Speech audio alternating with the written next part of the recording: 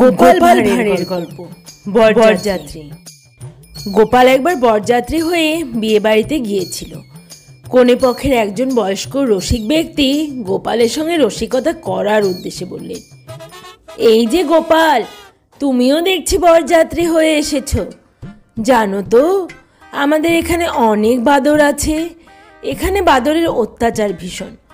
অবশ্য তোমার চেহারাও বাদরের মতো। বাদরদের মধ্যখানে তোমাকে মানাবে ভালো, কি বলো? বাদর যদি কেউ ইতিপূর্বে না দেখে থাকে, এ যাত্রায় বাদর দেখাও হয়ে যাবে, আর কথা খাওয়াও দেখবে।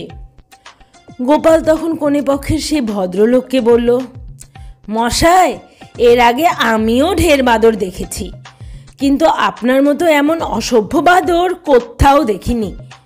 এবার ভদ্রলোক মুখের মাপ মতো জবাব পেয়ে একেবারেই চুপ।